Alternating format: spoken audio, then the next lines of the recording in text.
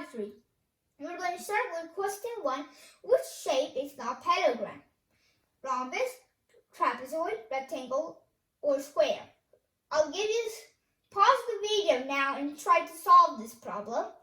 And pause now, then unpause it. Okay, now back to the problem. So, what is a parallelogram? A parallelogram is two pairs of parallel lines. We are going to start with the rhombus. The rhombus is a parallelogram because that these two sides are one parallel and these two sides are another parallel. So this is a rhombus is a parallelogram. The next one is the trapezoid. Check all the sides and these two are not equal and these two are not equal. So this trapezoid is not a parallelogram. The rectangle is a parallelogram because these two sides are a parallel and these two sides are a parallel. And same for a square. These two sides are parallel and these two sides are parallel. So it looks like the answer for this question is trapezoid. Okay, we are going to do problem number 2. Which of these shapes is a rhombus? A rhombus is a tilted square, four-sided shape, and there is two pairs of parallel lines. So, the two pairs of parallel lines, this one has it, so this one is good. D does not have it. E does not have it. B has it. And A does not have it. So we're stuck with B and C. A four-sided shape, both of them does. 1, 2, 3, 4. 1, 2, 3, 4. So now we have the final one, a tilted square. This looks not like a tilted square. It feels like a rectangle, like bent a little bit. So B is the one, a tilted square. So it's like a square is like this, and a tilted square looks like a rhombus, right? So it's B. These two sides are not equal, but the answer is B. Okay, we're going to move on to problem number 3. Which of the following is longer? A, line segment between points A and B, or B, a curve between points A and B. For this, we are going to do point A. This one is two lines because we're going to test out A and B to B on this side. B. This one is B. The first one is this. Oh my god, we failed. It's pretty much a straight line to B. The second one is a curved line to B. Which one do you think is longer? If you guessed it right, it's B, a curved line between A and B.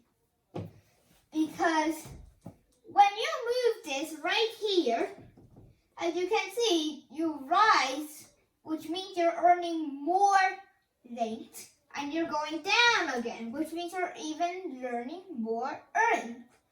Okay, we're going to now do problem number 4. How many dimensions does a point have? And you, of course, know it's 0. But why? So here's a three-dimensional shape. You may not know, but it's a cube. Here's a two-dimensional square, a square, and it's a 1. Why is this a two-dimensional shape? I'll tell you one reason why. This tells width. This tells length. This one tells width, length. No, this is height. This one is height and length. So this one has 3 parts. So this one is 3D or 3-dimensional. This one has 2 parts, height and width. So this is 2D. For the point, there's not really a thing with the point. So it's called 0D or zero dimensional. So this is why a point is actually zero dimensional. So the answer is 0. We're going to start with number 5 now. What is the name of this shape? A, triangle, B, hexagon, C, rectangle, or D, pentagon. The first step we're going to do is label how many sides does each one have. A triangle has 3 sides, a hexagon has 6 sides, a rectangle has 4 sides, a pentagon has 5 sides. Now we're going to look at this shape and see how many sides it has. 1, 2, 3, 4, 5. Because it has 5, it's D. So I just want to tell you that penta means 5 in Greek. That's what I want to say, by the way. Hexa means 6. The starting of each one for hexa and penta. It doesn't work with the others, so goodbye. So anyways, the answer is D. Goodbye. Okay, we're going to do number 6. Which of these shapes is not closed? A heart, B, an oval, C, whatever that is, it feels like a graph, D, infinity. Start with the heart and try to draw one. If you end up reaching to another point, it's going to be called a shape, actually. So an oval, going to work. C, not so quite. I'm just going to continue this loop because it's like algebra sometimes, but it's never going to join together anyways.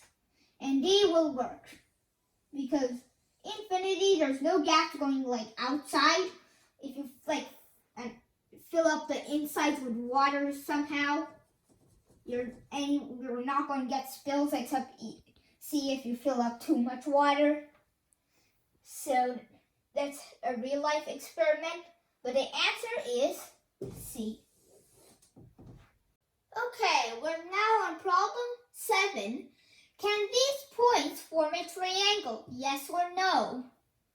So let's try connecting A, B, C, and then back to A. Well, that works. That was easy. So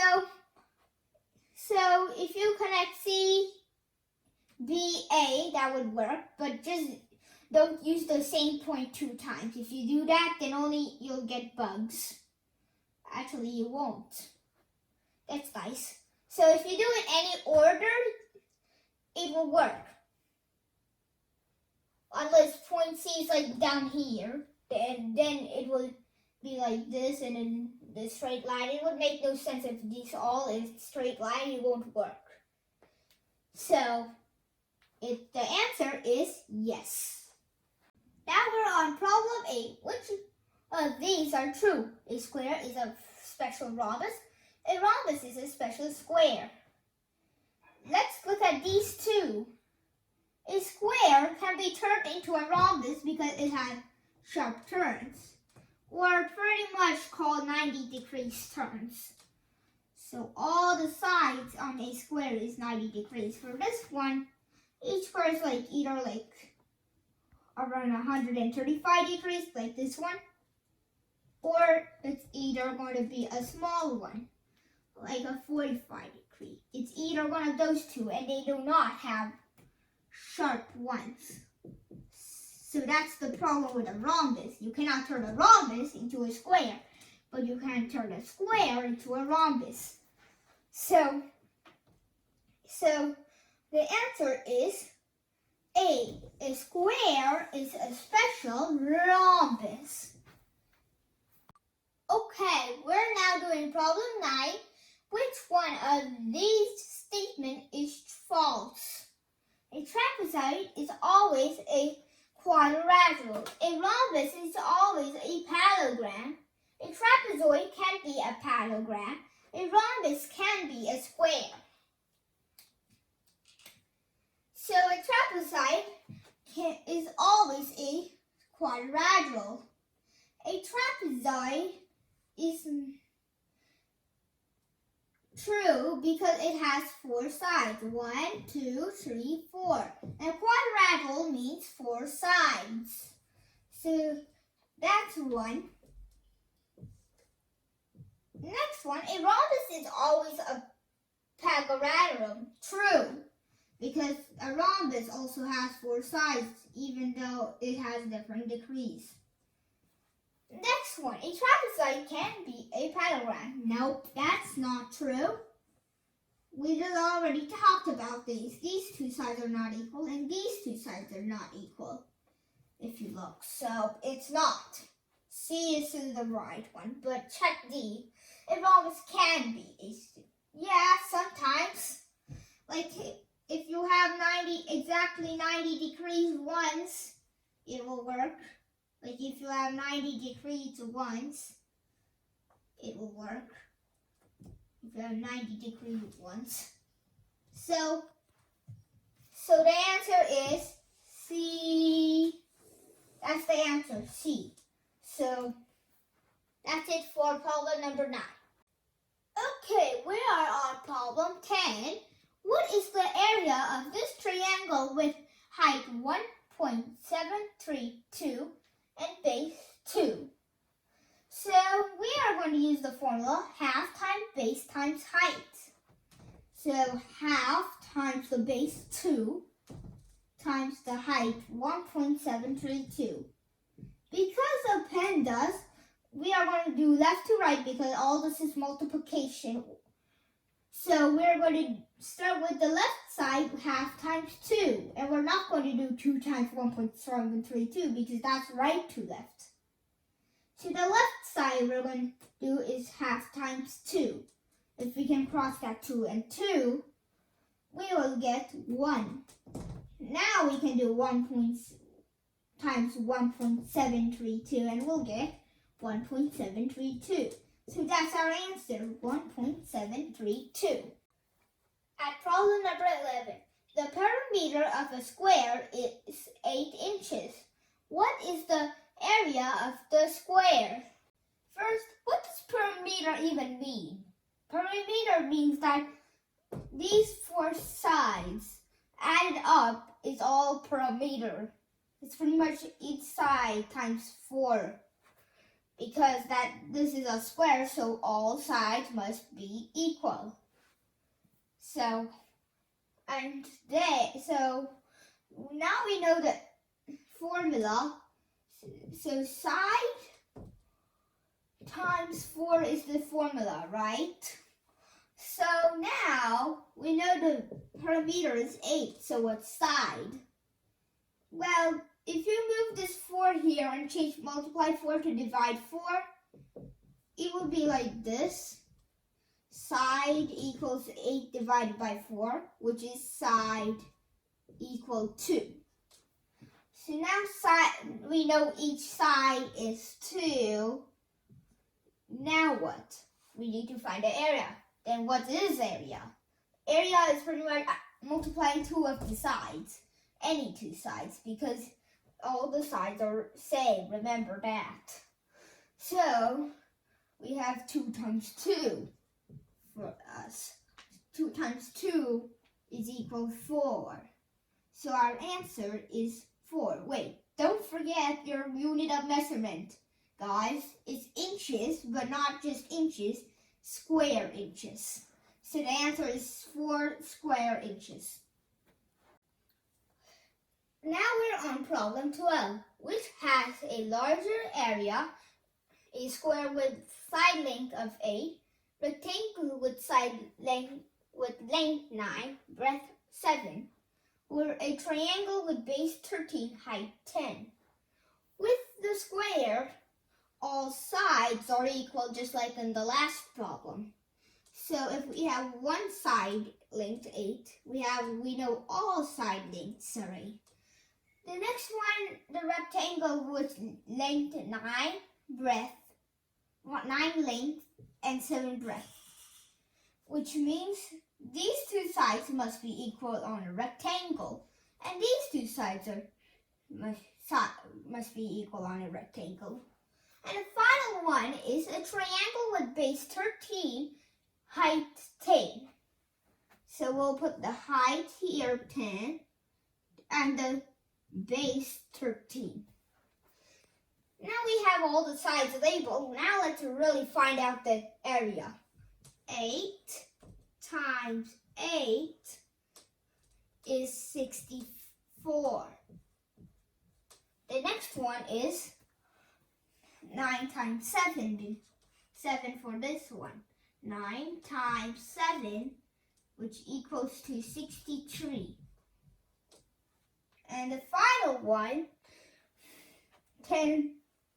This one is weird. Half times 10 times 13.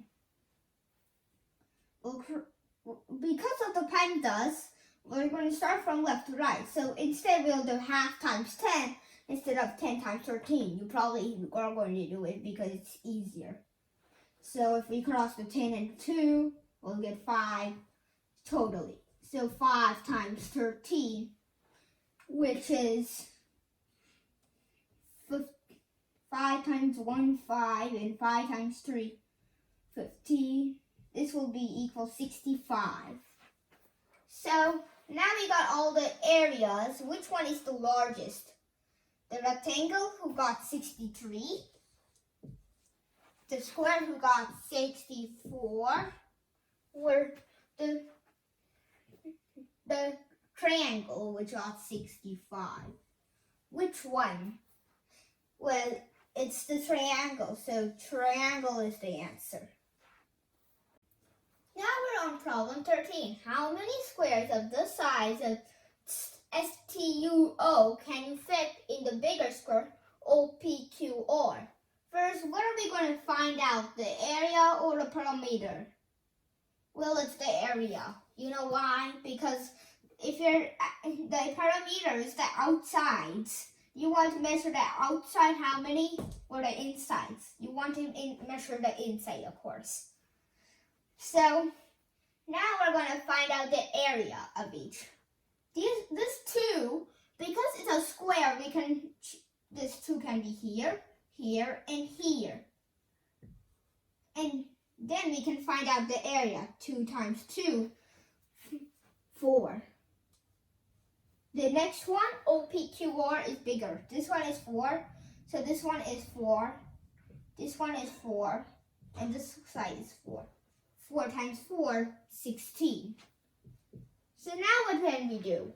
We can divide them so that we can get the right amount of tiny squares in the big square, because we can divide the area. So 16 divided by 4 equals to 4. And I'll prove it to you. Well, this is probably if you don't know, but this is how it would look like. My drawing is not perfect. So the answer is 4. But is there any units? No. So it's just 4. Now we're on problem 14. What is the perimeter of area of this toy house, which has a triangle on top of a square on top of a rectangle? First, we're going to find out the area on this side, and we're going to split it up to 3 parts. The first part, the rectangle, 1 by 3. The second part, the square, 2 by 2. And the final one, the triangle, 1.732 as height and base 2. We are going to split this up to 3 parts. So this one is a square, so all sides are equal. These 2 sides are equal because it's a rectangle, and these 2 sides are equal. So that's all we know. Now we have to find out the area for each one. This one is 3. 3 times 1, 3. This one is 4. 2 times 2, 4. And 1.732 times 2 divided by multiplied half, would equal 1.732. Why we did this is so that we can add all these areas to get the full area. So 3 plus 4 plus 1.732 equals 8.732. So that's one of the answers. And if I want, I'll write this bigger. 1.732 equals 8.732. Next, we are now going to do the perimeter. It's going to be harder this time. For a perimeter, we cannot split them up because then we'll have extra perimeter, which what we won't do not want. So we're going to have 1 for HC, but what about this part? HI and LE. So I made a line HE here, how it looks like here, so that it's pretty much the same thing from here. And we need to find out E and H. First we'll have to subtract 3 and 2 because if we don't, then we'll get a different value for each. Then we can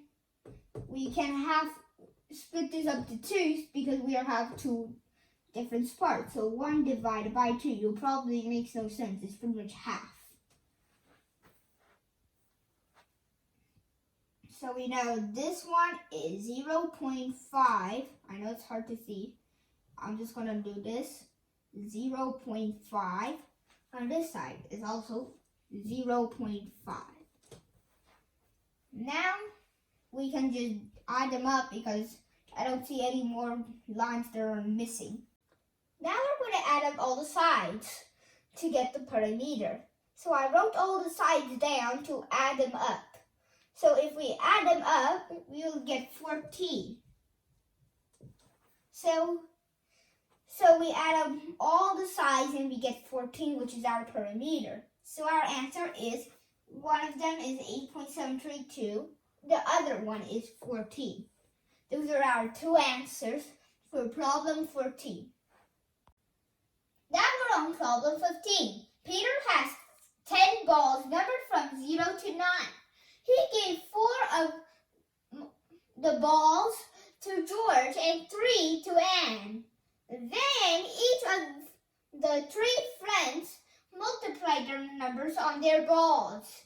As the result, Peter got 0, George got 72, and Anne got 90. What is the sum of the numbers on the balls that Peter kept for himself?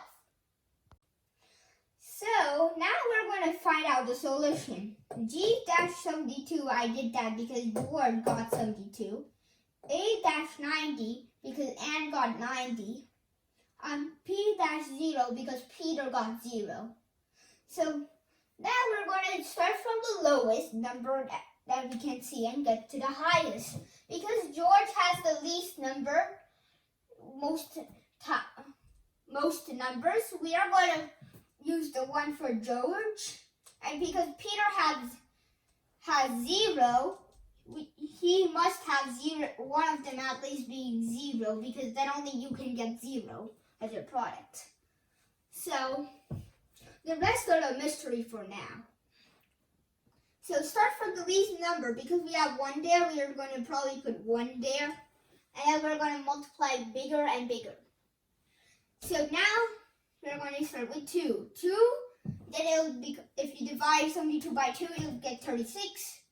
Then 2 again, that would get 18. And then 2 again, that would get 9. So that's all you can do for 2's. Now we can just do multiply 3 2 times, because that'll give you 9. So now we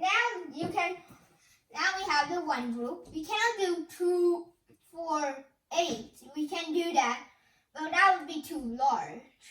We have 3 times 3 could be grouped. You can do 2 times 2 can be grouped, and 1 2 can be grouped. So 2 times 2, 4. 1 can be 2, 4, and 9. The next one, n is 90. So how can we split up that? We are going to start from 2 because we're not doing again 1. 2 times, can we do another 2? No, we can do 3. 3, we can do again. That will give us 9. So we have 45 divided by 3, 15 divided by 3, 5, and that's our final one. So we can keep the 5, multiply the 3. We already did that, so we'll keep 1 separate. So we cannot do, so we're probably going to do the 2 and 3 instead, because we cannot do anything else, and we can do the 3. That will give us 6, 3, and 5. The final one, we know Peter has 0. So 1 is taken, 2 is taken, 3 is taken, 4 is taken, 5 is taken, 6 is taken, and 9 is taken. And 0 is for Peter. Then what else? After 0, we have 7 missing and 8 missing. So add up the 0 plus 7 plus 8, you get 15. So our answer is 15. Don't forget to subscribe and like. If you have any questions, you can email info@agoramastercode.org or comment below and we'll reply back. Maybe. And if you want to see practice things or anything about us, you can visit our website, which is basically the end of the email but without the info and the end. So bye!